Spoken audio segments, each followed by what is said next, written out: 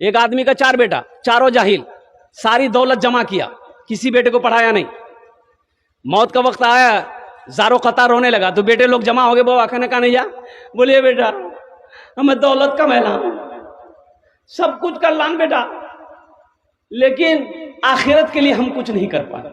बेटा कब्र के लिए कुछ नहीं कर पाए, ना नमाज पढ़ी, ना रोजा रखा, ना सदका ज़कात दिया, ना मदरसा बना पाए, ना मस्जिद बना पाए। बेटा सोने का ढेर सिर्फ मैंने बनाया, ना तुम लोगों को पढ़ाए। अफसोस इसलिए है कि कब्र में मेरा क्या होगा, अल्लाह के यहाँ क्या होगा, मैं क्या जवाब दूंगा। तो बेटों ने कहा कि बाबा कानो मत, हमरा से छीन। बोला तोरा से ये तक छा, वहां की है थी ठोकैया जो बन। बोले बेटा बस एक वसीयत है, मेरी वसीयत को पूरी करोगे। बोले अब्बा बोलिए वसीयत क्या है। बोले बेटा हम जब मर जाए ना तो किसी कुरान पढ़ने वाले को लाकर, हाफिज कुरान को लाकर कुरान पढ़ाकर दुआ कर देना बेटा, शायद अल्लाह कुरान के सदक़े में, तिलावत के सदक़े में मेरे गुनाह को माफ कर दे। तो बेटों ने इकरार किया, अब्बा इंशाअल्लाह हम लोग आपकी वसीयत पूरी करेंगे। मरने वाला मर गया। अब वो सारे रिश्तेदार लोग आए, जमा हुए, दफन कफन करके बेटे लोग घर आए। रात में चारों बेटा बैठा, चारों बेटा हाँ। अच्छा उस जमाने की बात है जब कुरान पढ़ने वाले बहुत कम लोग थे, बहुत कम लोग थे। शुरू इस्लाम का जमाना था, बहुत कम लोग पढ़ने कुरान जानते थे। तो छोटका बेटा बोली कि भैया की कर लो थी हो, कहाँ से लो थी हाफिज साहब। तो बड़का बेटा बोली कि सुने बाबा मर ले गेले, टेंशन मत ले, वो समझते रहते हैं।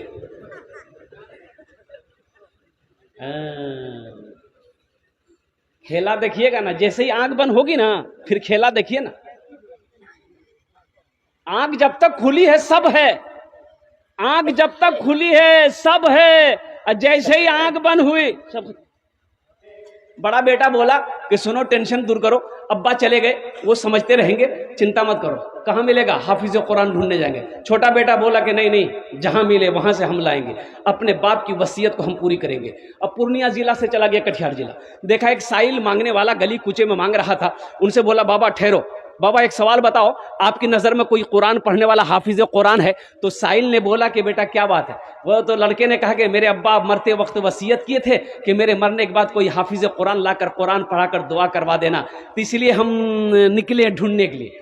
तो वो साइल बोला, बाबा फकीर बोला कि बेटा तोर घर कहाँ छू? बोले हमार घर छा पूर्णिया। तो फिर उस फकीर ने कहा कि कहना पूर्णिया में कोई हाफिज कुरान नहीं मिल। बोला मिल ली दिया कटिहार की करे लाना था। ये साहिल सोचा कि रे वाह बड़ा अच्छा मौका है, जब वहाँ कुछ के नहीं थी तो हम मैं कहने बनी जो। तो बोलिए बेटा पैसा कितना दो? पैसा? बोले पैसा के चिंता नहीं, दौलत बहुत है, 1000 टका दिन। बोले बेटा सुनो तुम्हारी परेशानी दूर हो गई, हम पक्का हाफिज कुरान, अब पक्का जाहिल छे लाके चला ली खुशी खुशी घर, खाना पीना खेल के। बोले पढ़े? बोले यहाँ मत पढ़ो, चलो कब्रिस्तान में बैठी, हमारे बाबा कब्र में पढ़ियो।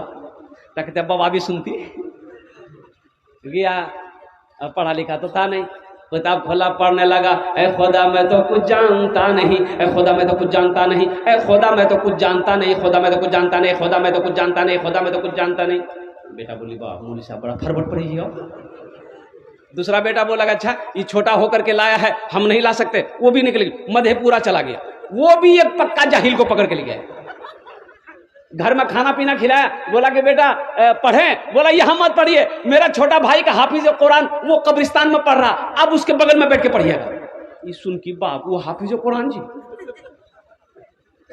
बोला अच्छा ठीक है, हमको 2000 मिलेगा ना, अगर वो असली हाफिज कुरान होगा तो 1000 टका घूस दे देंगे, 1000 तो बचेगा। जब ये पहुंचा कब्रिस्तान, वो जो पढ़ रहा था देखा लंबा कुर्ता, लंबी टोपी, लंबी दाढ़ी, वो समझी गई कि असली लगे है जी। जाके बैठा, अब ये दोनों भाई खड़े के पढ़िए, तो उन लोगों ने कहा कि बेटा तो जो घर हमरा से पढ़ते रहे वो यहाँ ना। बोले नहीं सामने में पढ़ो। तो पहला वाला जो बोला कि अब जो हो असली है कि नकली है बाद में फैसला कर लेंगे हम लोग। पढ़ना शुरू किया, ए खुदा मैं तो कुछ जानता नहीं, ए खुदा मैं तो कुछ जानता नहीं, ए खुदा मैं तो कुछ जानता नहीं। दूसरा वाला समझ गया, ये भी पक्का जाहिल है, वो भी पढ़ना शुरू किया, जैसन तू वैसन में, जैसन तू वैसन में, जैसन तू वैसन में, जैसन तू वैसन।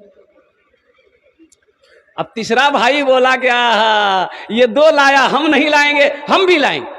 वो भी आन की। चौथा गिली वो भी एक जाहिल पकड़ी गन। बोले 4 कोने में 4 आदमी बैठ जाइए, 1-2 आदमी मेरा बाप का पैर पकड़िए, 2 आदमी हाथ पकड़िए और डायरेक्ट जन्नत हम पहुंचा दिए। अच्छा ये बताओ जन्नत पहुंचाओ में कितना दिन लगती? दिग्राज निकल के बेटा जन्नत बहुत दूर है, नजदीक नहीं थी, कम से कम 2 महीना लगता। बोला 2 महीना लगो कि 4 महीना? बाबा जन्नत से बाहर मत छोड़ियो, जन्नत में घुसा दिया। बोला तो पहला वाला पढ़ा ए खुदा मैं तो कुछ जानता नहीं। दूसरा वाला बोला जैसन तू वैसन में, जैसन तू वैसन में। तो तीसरा वाला समझ गया ये दोनों पक्का जाहिल है। ये भी पढ़ना शुरू किया, ये अंधेरी तकलीद कब तक चलेगी, ये अंधेरी तकलीद कब तक चलेगी, कब तक चलेगी, कब तक चलेगी। तो चौथा समझ गया ये तीनों पक्का जाहिल है। वो भी पढ़ना शुरू किया, जब तक चले चलने दो, जब तक चले चलने दो, जब तक चले चलने दो, जब तक चले। दोस्तों एक दिन से चमन से आशियाना उठाना पड़ेगा। दोस्तों एक दिन से चमन से आशियाना उठाना पड़ेगा। दोस्तों एक दिन इस चमन से आशियाना उठाना पड़ेगा। उठ गया जिस घड़िया बोदाना, उठ गया जिस घड़िया बोदाना, छोड़कर सबको जाना पड़ेगा। उठ गया जिस घड़िया बोदाना, छोड़कर सबको जाना पड़ेगा।